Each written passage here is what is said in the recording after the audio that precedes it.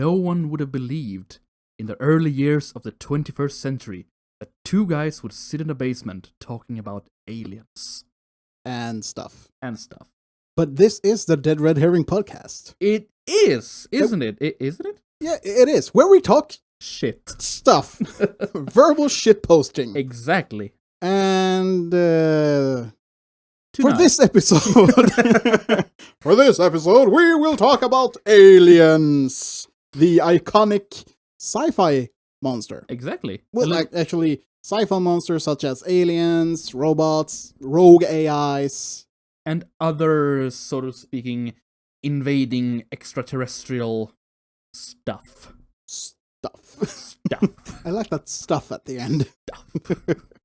Because, of course, this is a continuation on the discussion about iconic monsters. Exactly. And I think we'll have to make a distinction here.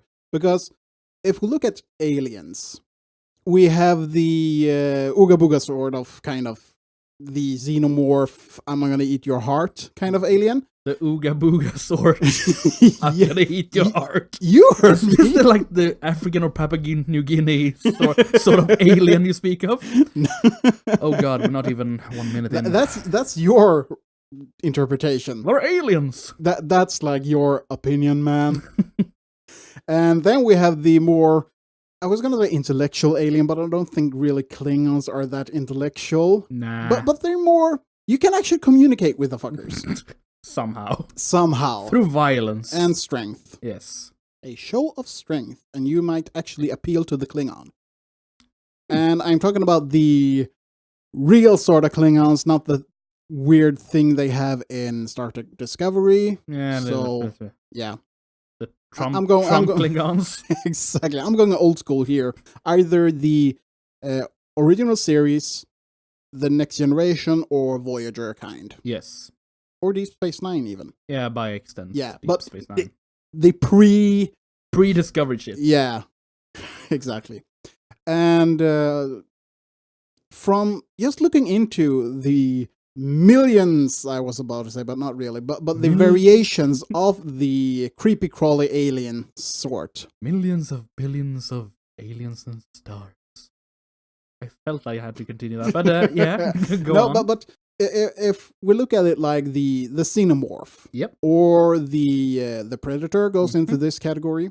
You're thinking more like the monster. Yeah. The extraterrestrial monster. The extraterrestrial threat. Yeah. That's the kind of alien monster I'm thinking about. Yeah.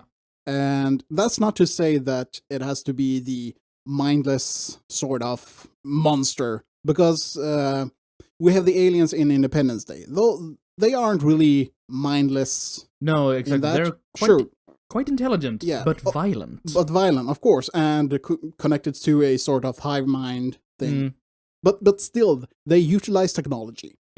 So they are intelligent. But since they are aggressive, they are antagonists. And to be honest, they look kind of freaky, so by appearance, we could should say... fear them and bomb them. Hey, that thing looks scary. Let's kill it. Yep. Well, that's humanity for it, I suppose. I bring you love. It's trying to bring us love. Break his knees. Break his neck. God, shoot it. Shoot it. Actually, wouldn't you be afraid if something small, creepy looking came and said, I want to bring you love? I would think twice before hugging it, I suppose. Yeah, so would I. That could be a trap. In multiple variations. What's that poking me? Oh, is that a ray gun in your pocket, or are you just happy to see me? He doesn't wear any clothes. Protruding things. Oh no. But just a sidetrack already. A sidetrack. But looking at creepy looking aliens and being a threat. In what's we call Death, Love, and Robots. Yeah. The Netflix anthology series. In one of the episodes, I'm going to say spoilers here for people that haven't seen it already. Well, it's kind of short, so meh. Yeah. But in one of the episodes, the story is about, is it like a freighter? Space freighter. Yes. That it makes a it's supposed to make a light speed jump or whatever to some station somewhere, but it ends up going far, far out of the usual reaches. Yeah. So the main character of the story, he wakes up, and to him, everything looks like it's a regular space station. He meets an old flame, old girlfriend, and she tells him that, well, you did make a jump, but you ended up out here, somewhere far, far away, and overshot it by this much. Yeah, quite a bit. And so the story progresses, and they try to wake up his second in command or whatever, a crew member. Yep. But this character, she doesn't really accept it because she says, no, this isn't real. How could this be? And so they put her back into cryo sleep. Yep. And the further you get into the story, the more the main character starts to doubt. And at some point, he actually asks his girlfriend to, I know this isn't real, so please show me what this actually is. And he gets the answer, well, I don't think you can handle it. I put on this illusion so that you could actually handle it. I don't think you can handle the truth. You can't handle the truth. But he insists, and she agrees. And what we see is this sort of, what should we describe it as? Sort of a biomass. Yeah, it's sort of an... exactly, it's a biomass of different kinds of... debris and... shit. Yeah, it's... inhabited by a sort of arachnoid... looking creature. Alien. And looking at it, I think that if you actually were in that situation, you would go mad. Well, to be fair, that episode kind of freaked me out a little bit, because it was so unpleasant, I thought. Yeah, well, the twist was amazing. Yeah, I agree. But the thing is that the main point with this alien is that it really cared. It really did love the main character. And did everything in its power to make him feel comfort. Yeah. And then, well, when he woke up, you could see he was sort of, thin, gaunt-looking, starved. So I think it was kind of a parasitic relationship also.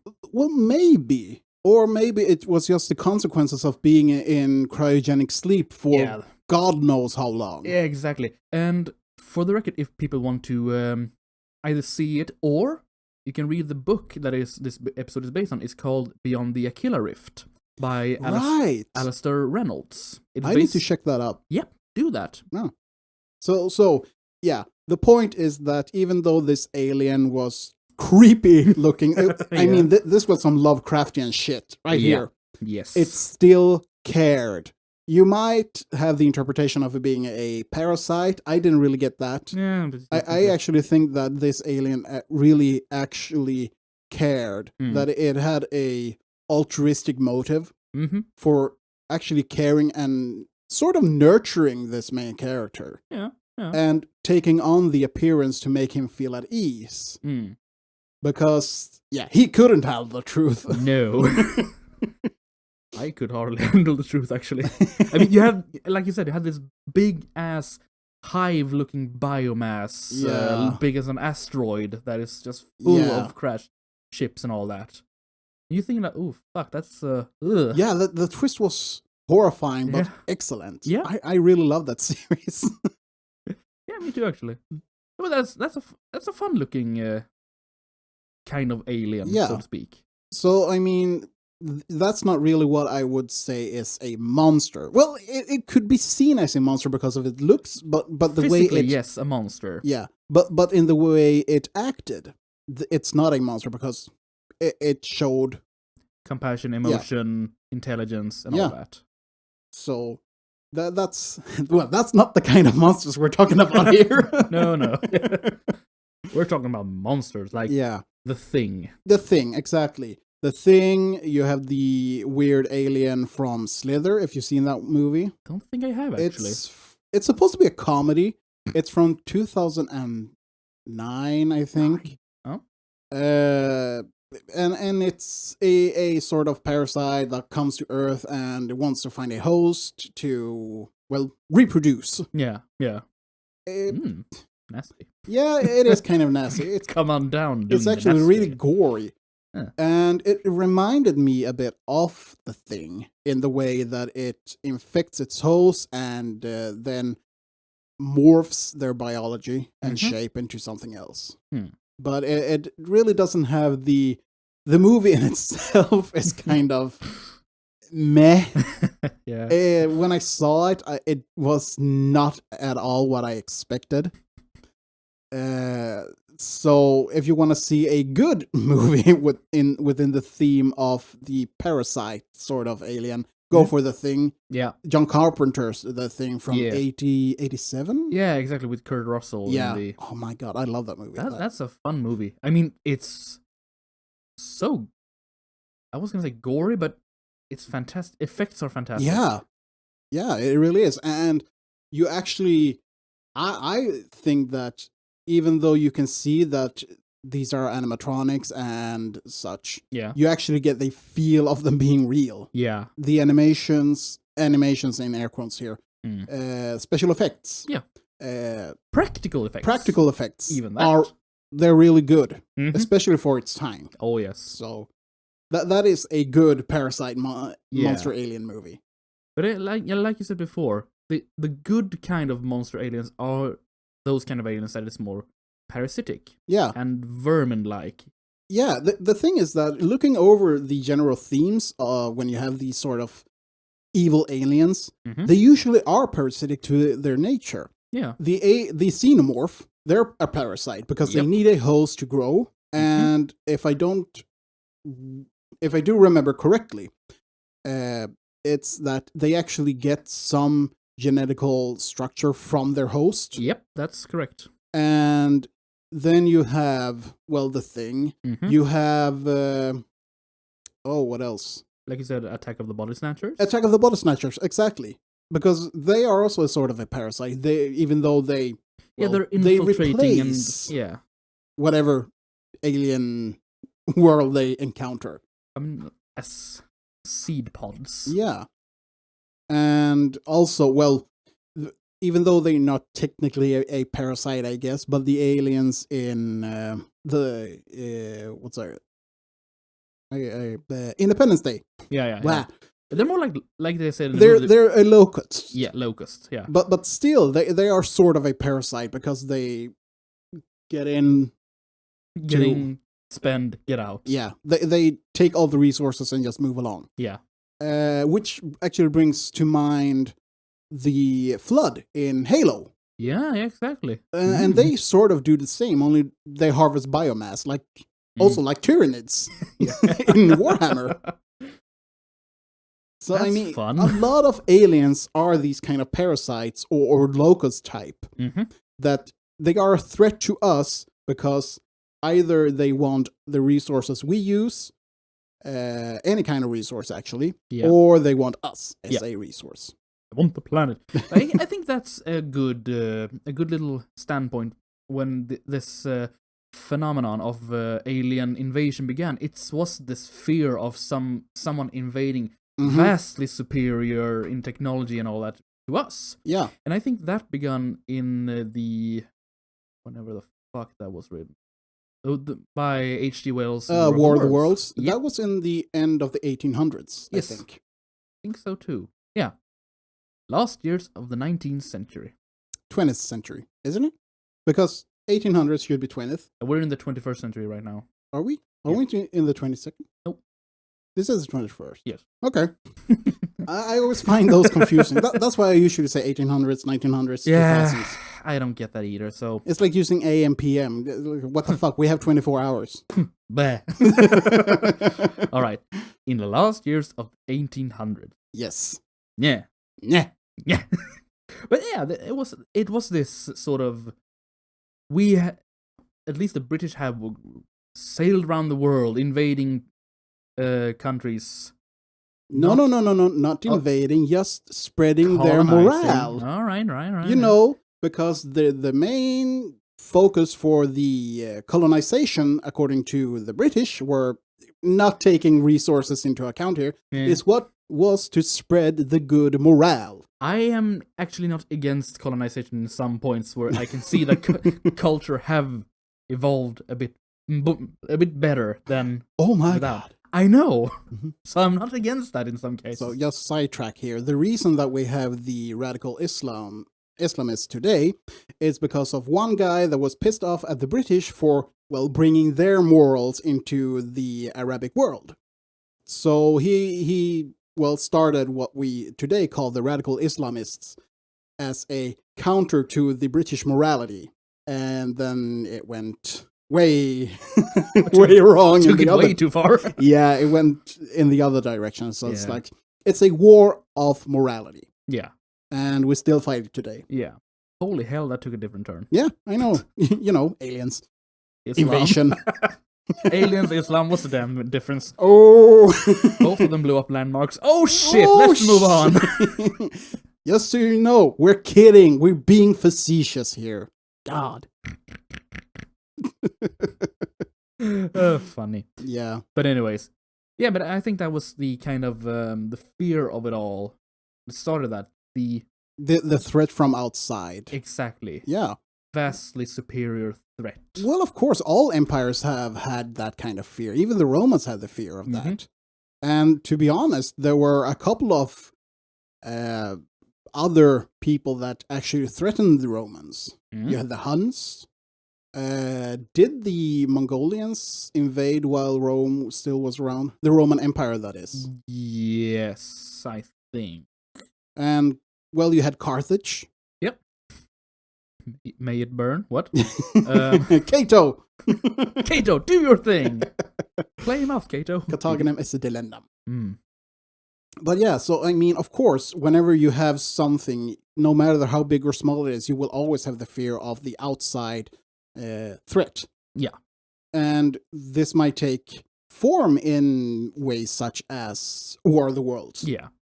Exactly. We can see that in later years, the Independence Day, for example. This vastly superior, well, mostly targeting USA and the rest of the world. Okay, fine. Well, really. actually, they target the whole world, but the main focus is up against the States. Yeah. But I mean, it's an American movie, so what can you do? Exactly. But the point still stands that this superpower that is the United States suddenly comes to its knees by some alien force. Yeah. Foreign alien. An extraterrestrial. Exactly.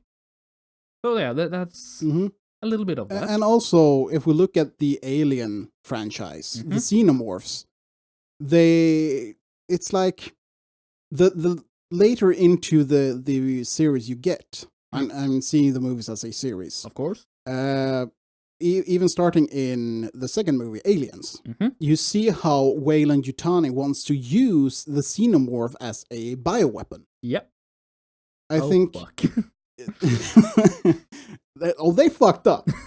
but it's still interesting to see how in this case, major corporations, but how some major player wants to utilize the external threat as a tool. Yeah, no matter how hard to control it is. Yeah. The only real aliens that I think, well, except for, we're getting a lot of Independence Day here, but it's because it's been mentioned already. But if you look at Starship Troopers, the arachnoid kind, the mindless bug. Drones. Yeah, those are really scary to us as well because of the hive mind. Yeah. And you can't really use them as a weapon. You can't control them. No, you really would need to learn to control the drones in a queen sense. Yeah. To make that happen. You need the brain bug. Exactly. It's afraid. Yeah, no shit. Yeah, but also you need to look at when it comes to Starship Troopers. God.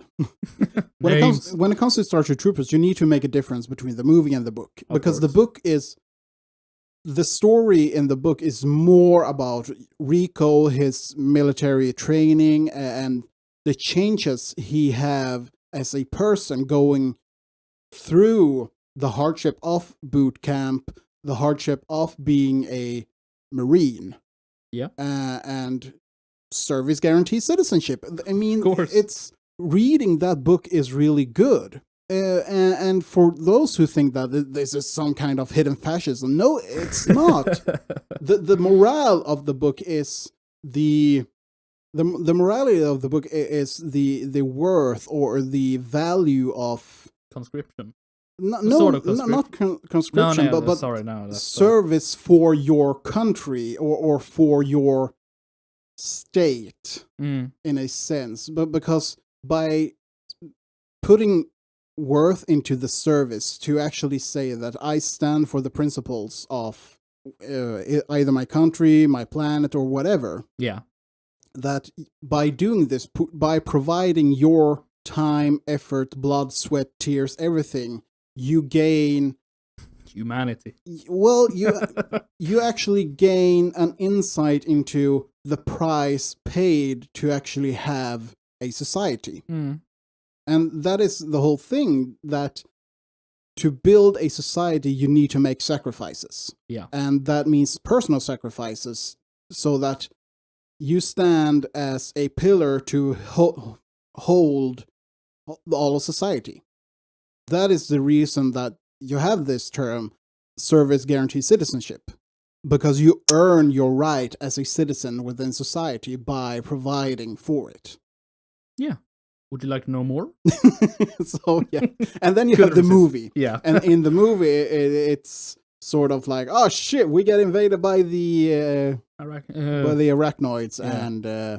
And then we go to Clondalton and fuck shit up. As you do. Yeah. But I really like the movie. Yeah. Even though it was supposed to be a sort of boot to fascism, it doesn't really come through as that. Nah. I think he kind of failed in that. Well, I think the movie was kind of favored by the director's incompetence to push forward his message. So it was mostly favored for that, I think. I think the reason it's favored or was appreciated the way it is, becoming a cult classic, is because even though it was supposed to be a political statement, you don't really see it. No, exactly. And the parts you do see, it's like, I can understand the message of the militarized state and everything, but it sort of falls away in the face of the alien invasion. Yeah. To actually the external threat, that you actually have to make sacrifices to save all of humanity. But I mean, for the most part, the thing I like best about the movie is how quirky it is and the music. Yeah. Oh, that's fantastic. Basil Poledarius. Yeah. Fantastic. Sure, we've deviated a bit from the iconic monsters. Like here, hell. but still, it's... Yeah, I suppose it's one little aspect. Yeah. So, worth talking about.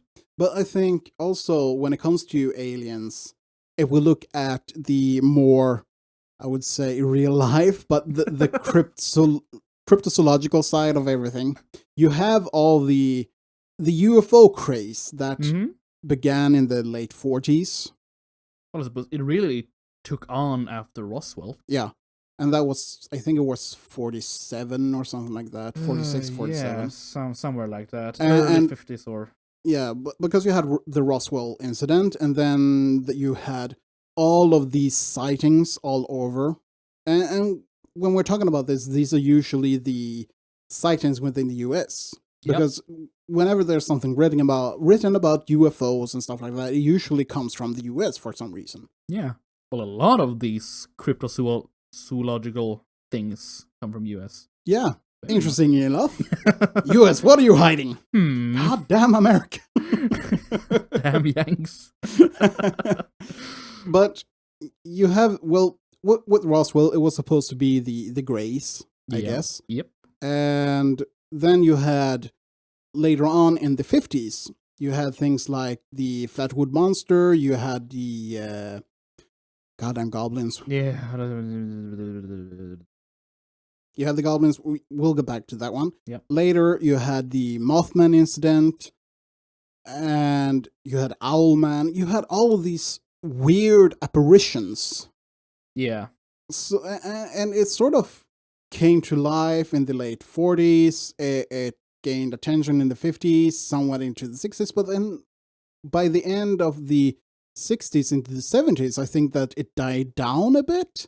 Yeah. it wasn't as much creature sightings as much as more the sightings in general. Yeah, the general UFO sighting. Yeah, exactly. Maybe the Men in Black had something to do with that. Maybe. But I'm not talking about the movie here. I'm talking about the the that real kind. Yeah, the real phenomenon that is the Men in Black. The real phenomenon that is actually really scary. Yeah, I mean the description of these fuckers are like horrifying, they're actually. not really human. Yeah, they're pale, doesn't have any eyebrows or hair. And no emotions showing. It's like they're automatons. Maybe they're synths.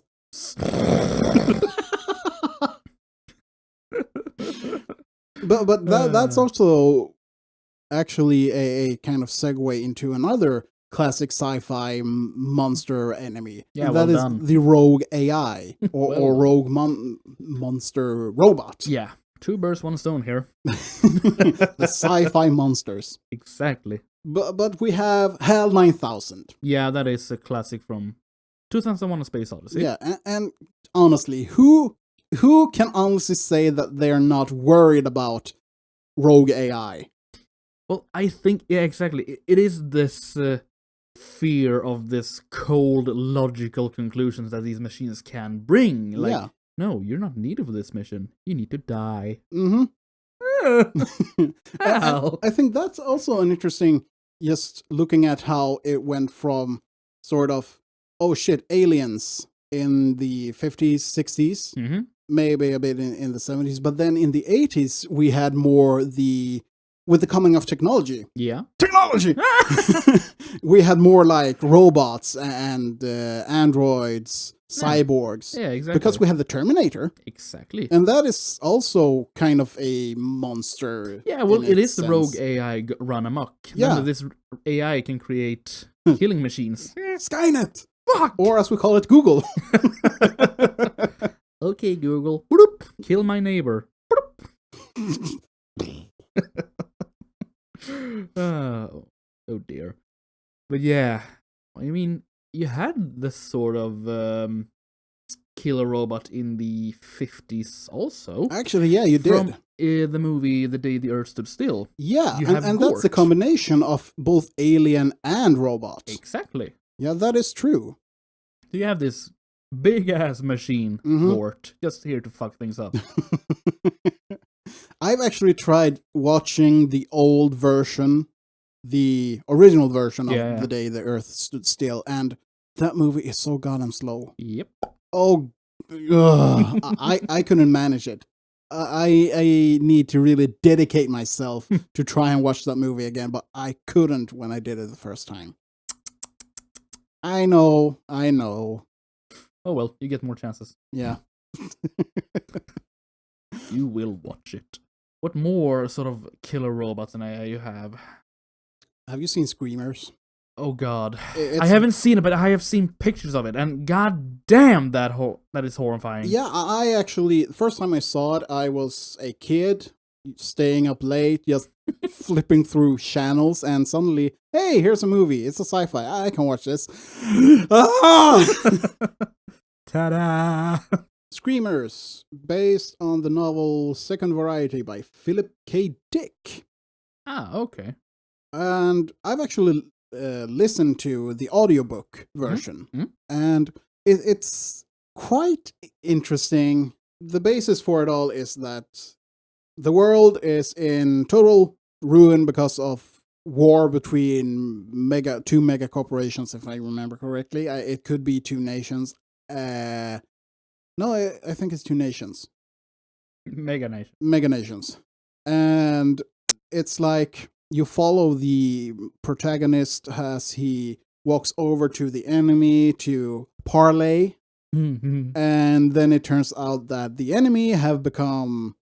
Actually, it's been sort of a body snatcher scenario. The robots have changed into... They have evolved by themselves and actually taken the form of the humans to find other humans to kill and stuff like that. It's... Oh, goody. Yeah. Now the movie version is totally different from the book. Yeah. As per usual. Yeah. But in the book, it's the moral dilemma of what counts as a person. That old chestnut. Yeah. In the movie, it's more like, oh shit, the robots are evolving to kill us all. A little easier to melt. Yeah, it's better suited for an action flick. Easier to process, I suppose. Yeah, and that movie was made in 95, and oh shit. Yeah, the effects in it are haunting. Yeah, they are. Especially the little boy with the teddy bear when he opens his mouth. That's like, oh shit! No! Yeah, killer robots. It's just God, the killer robots. Yeah, and that's more in the, I guess, the moral dilemma of when has technology gone too far? When will technology erase or replace humanity? You know, that old chestnut. As an aspiring tech priest, I would say never. Wait, so you don't want technology to replace humanity? What kind of a tech priest are you? You want technology. Yeah, I want to. Yeah. What is that? That's what I meant. Happy binary sounds. Goddamn tech priests. Ooh, toaster. Step away from the toaster. No. It does not consent. I consent. But yeah, well, that is a good thing in that it makes robots a good monster also, that it bases on the fear of something that is just cold, logical machine that kills. Yeah. It doesn't have any emotions to play on. It's the sci-fi version of the animated corpse in fantasy. Yeah, basically. And there you have it. And there you have it. You heard it here first, folks. Yeah. So if a necromancer is just an overly ambitious healer, what is the maker of the killer robots? An overambitious tech priest. I think that would count as heresy, actually. You do know that AI is not allowed within Imperial law. AI schmai. No, actually, the Mechanicum is overly zealous about no AIs. Well then. Because we know what happened during the dark age of technology. I suppose. Yeah. But we're not going to mention that what's called the machine spirit is actually a form of low-grade AI. We don't say that. Shush! Quiet you. Mm-hmm. But yeah, and then you have the phenomenon of Phenomenon. God damn it. Alien robots, I suppose. Oh, like the Reavers. Yes. The Reapers? Yeah, the Reapers. Yeah. Reavers. What can you tell me about the Reapers? Well, bang, okay. Report back to the ship. Well, bang, okay. Yeah, the Reapers. Yeah. That is also an interesting, at that point, we're actually going back to the locust sort of alien. Consume. Yeah. And for some reason, in what's the game called? Give me a sec. Endless Space. Yeah. Have you played that? Yeah, no, but yeah. It's an awesome game. I love it. I haven't played it, but I have heard of it. Yeah, you should play it. It's awesome. Within that game, there is actually a race of robots that have the theme of, well, harvest and kill everything. Nom. Yeah, they actually have a thing. I never played that race. I never got around to it. But one of the things they do is they actually deplete all the resources on planets and leave them as, well, barren rocks. Fuck yeah. Yeah, you actually get, if I remember correctly at least, you get minus on the resource count or something like that, if you have planets like that. But it's an interesting take on stuff. Yeah. And that goes for, well, the aliens in the Independence Day and the Flood. Yeah. I'm not sure if there's any other renowned alien race that does this. Well, not depleting resources, but I'm thinking of the Borg. If we're going to talk about machine. Assimilating everything. Yeah. Yeah, I think actually that the Borg might fit on this Because they come and sort of consume. Yeah, well, they assimilate everything and take it into the hive. Yeah. And once again, we have the thing with the hive mind and the threat against humans, because we don't want to lose our humanity, our individuality. So, I mean, no matter what the commies tell us. No, exactly. Because we have our personalities, we have our own identity, and whatever threatens that actually is a threat to all of us. Yep. In my opinion, at least. So I think that's why a enemy like the Borg or any kind of force that takes away your independence, your individuality is a great threat. It's a good enemy, in a sense. Something we can all stand in front of. Unite against the hive. Or the commies. Whatever you want. Space commies! Oh my god! No, wait, that's a Tau, I suppose. Goddamn Tau! For the greater good. Oh. But then again, they are controlled by pheromones from the ethereal cast, so it's not really... Yeah. You smell communism? Here's actually an interesting idea. Tau aren't really space commies. They are more like space Hindus. Oh, fuck! Even worse. One's a religious system, the other is a political system. I mean, what's the difference? Fuck it. Fuck it. So, yeah. We could go on and on about the different, well, alien species and all, and the enemies, but if we should find some form of common ground or wrap this sucker up. Yeah. Is there any way? Give us something. Give me something. I don't know. Mars Attacks is a entertaining movie. I don't know. Actually, Mars Attacks is an entertaining movie. Yeah, that's what I mean. That's kind of fucking wicked, though. Yeah. Oh, have you seen the collector's card of Mars Attacks? No. Those are gruesome. Really? Yes. It's awesome. Awesome and gruesome. Okay, so if you listening don't have a clue about what Mars Attacks is, it's this weird movie from, the 90s? Yeah.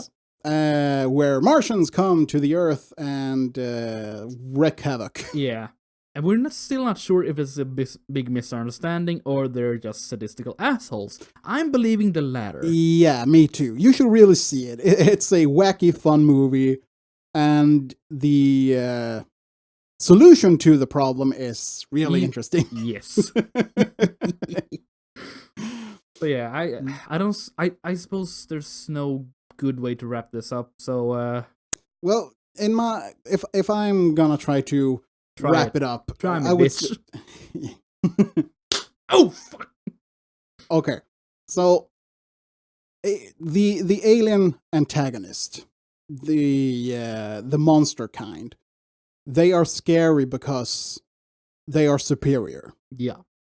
Even though they might be less civilized. Or less civilized compared to our superior civilization. Humans rule. But it's like, I don't know. I have no good way to wrap it up. It's just that I don't think we should think too deep about it. It's just that good enemies make good enemies in works of fiction. Had it been in real life, I think it would have been a whole different discussion.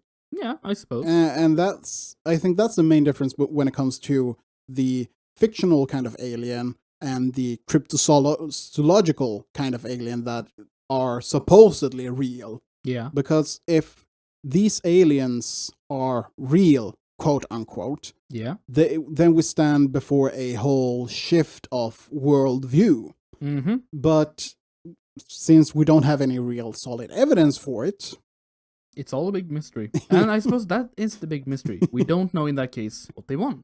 Yeah, exactly. But I mean, if you want to go down that rabbit hole, there's so much shit to listen on. We'll get back to cryptozoology. Yeah. well, there's so much to look at on YouTube and listen on. There's hours and hours of testimonies and stories and everything. But I mean, there is nothing that can verify the authenticity of it all. So it's still fictional until proven true.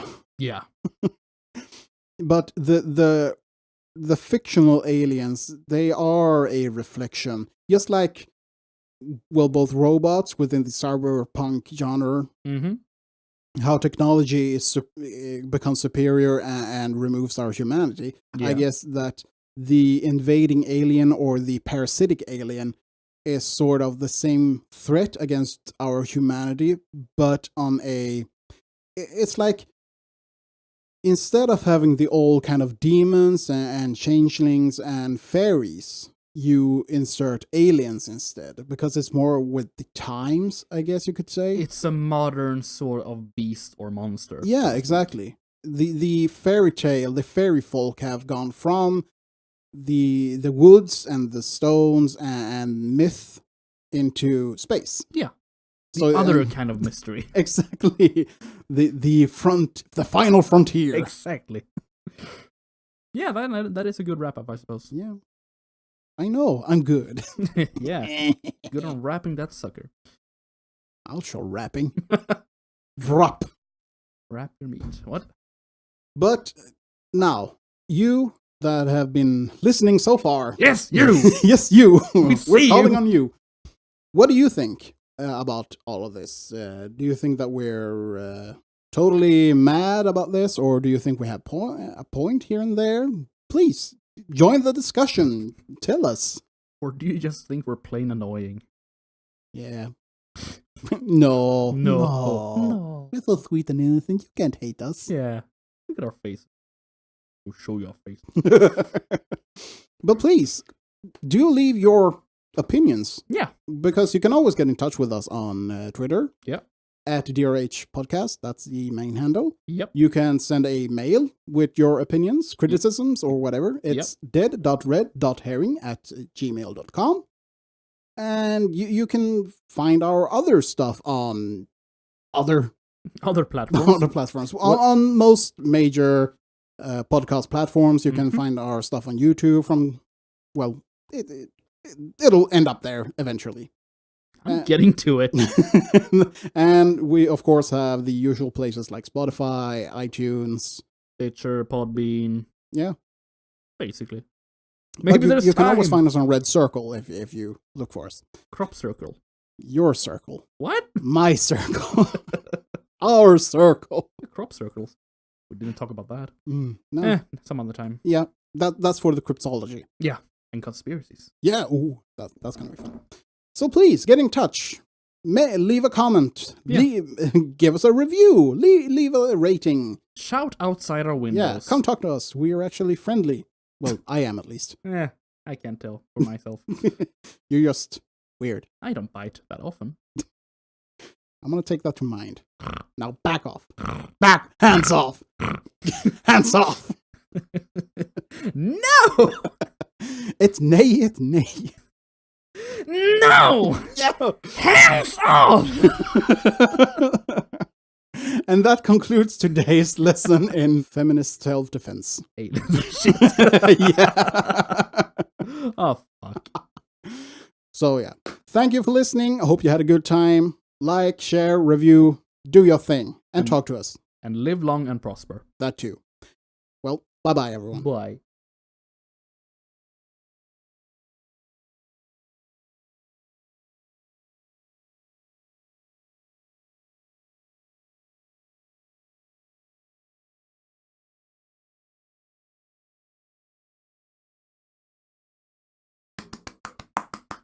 Stop fapping. Nope.